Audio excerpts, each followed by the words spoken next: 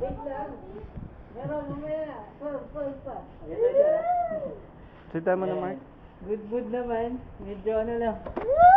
Yan, mahiyawin siya today. Sobrang excited today. Yeah, very good. Wait lang. Hindi pa kami hindi kami nag-routine today. Hi, not yet. Nag-ano kagad kami, pinag-worksheet ko kagad muna. Sabi ko sa kanya, wala ka naman school eh. Okay lang yan. Sumunod naman. Tapos medyo nag-ano kami, nag-color sorting, chinek ko lang kung okay ba kasi yun yung goal namin sa obstacle course. Yun. Okay siya sa seat work.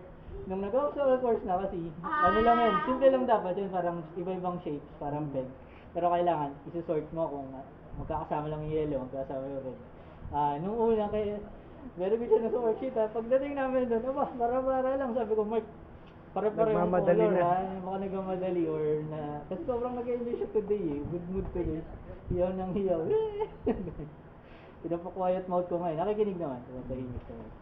So yun, nung sinabihan ko naman, inayusan niya na yung mga next na ikot namin. So medyo marami rin yun, very good naman. Tapos bumalik na yung trampoline namin. Yun, tuntua to. Part rin ng obstacle course namin. So yun, okay lang. Enjoy niya. Actually, isa yun sa mga kailangan niya rin eh. Bukod sa swing, kaya nakatulong.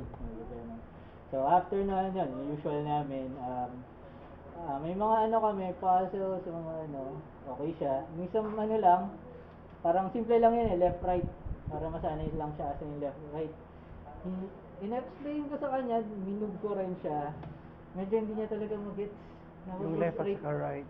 Hindi, gets na si left right. Ang problema, yung rule. Na pag sinabi kong right, taas mo right. Yung left, hindi ko alam kung hindi niya mag-gets, dinademo ko or baka mismong nalilito siya sa left right. Baka pwede rin nalilito. Ano, hands yun o feet? Ano? Feet. Hands.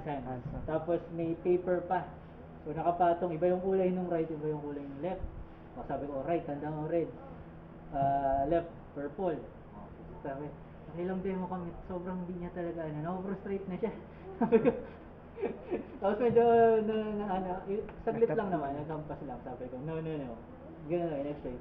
Tapos ayaw niya, hindi niya talaga mag-ito. Sige, cut na natin. Pinagbigyan ko na, break ka dyan saglit. Dun lang siya na-frustrate eh. Pinag-break ko siya saglit, tapos tinawag ko rin kagad. Worksheet na regular na. Yung medyo kaya niya na talaga. So yun, medyo okay na siya. Tapos yun, balik na naman, hiyaw ng hiyaw. Tuwan-tuwa. Nag-ano pag natutuwa, gumagano? Pag proud siya sa ginawa niya, kasi ganyari, may lettering kami na sizing. Tapos pag nakita niyang tama lahat ng sizes, nagiging yan. Tapos tatawagin pa ako niyan. Papakita pa sa akin. Kamag-anak ata ni Lebron James to eh. Ayan. Tapos after niya, mga usual na, worksheet cut. All throughout, very good siya. Medyo, ang ingay niya nga lang ay hiyaw, kaya pinipibigyan ko na rin. Quiet mouth lang. Nakikinig naman siya pag sabi, quiet mouth. Sobrang excited na naman. Tatahimik naman siya. No. Okay, good Mark. Sige pa. Let's go, thank you. Good job. Jason, sensya na. Third party. Jason, let's go. Wala nga eh. Nagkasakit. No, si 30. Kaya ikaw lang today. Wala rin.